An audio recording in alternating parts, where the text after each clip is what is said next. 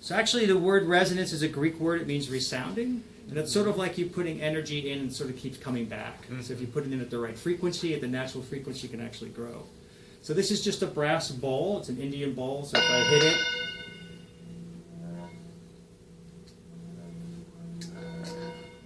sort of get the idea.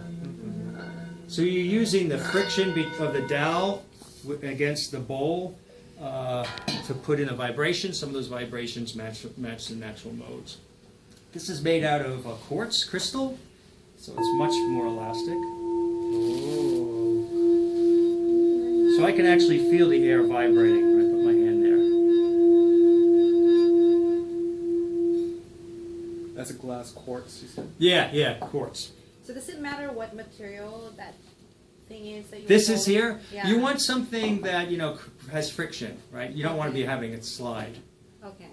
So you want to sort of have that feeling of going down, like you wet your finger on a balloon and you move your hand down the balloon, how it squeals because it sticks, slips. That stick slipping is putting the frequencies in. Or going down a slide in shorts, you go bump, bump, bump, bump, bump, bump, bump. So that's why I'm putting this rosin on my hands, because I don't want the sweat on my hands to just slide. I need to put vibrations in there. And so I do it through the friction. So this is just an aluminum rod from Home Depot. This takes a little practice for some reason. So somebody can bring this home and become the maestro. So how loud do you think this can get? Right. First of all, aluminum's very elastic, right? You drop it and it sings.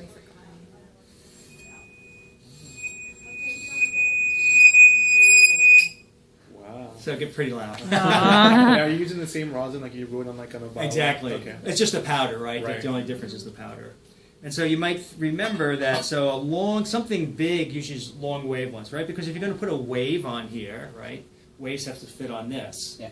So the fundamental is going to be a bigger wave here than here, just because of the length. And the same thing with cavities, right? Think in a band, what produces the lowest note? Marching band, wind instrument. Tuba, right? So there's some tubers that if you, the sound doesn't care, it's coiled. If you uncoil, it could be like 18 feet long. But like something like a flute, so hot, you can't get those low notes in a flute because the chamber's just too short to support those big waves. So we can do this one. And I'll let you bring this home and practice, because don't worry if you can't get it, but I don't know. Sometimes I can't get it, sometimes I can. But it's not like a lot of the other things that you can just pick up and get right away.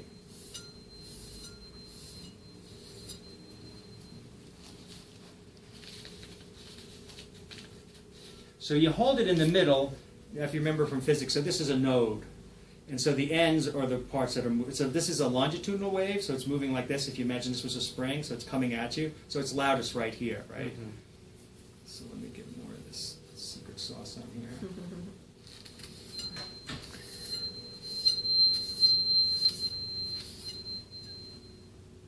Oh, it's goobered at the end. I think it's on this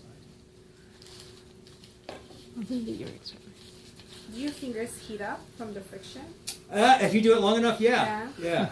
What you notice with the heat is a good question. For when we do the stuff with the student bell jars and you use those syringes, they'll get very hot, from the friction going back and forth. So that rosin is more like a powdered rosin? Yes. So what happens if you use like, I don't know, like talcum powder or something?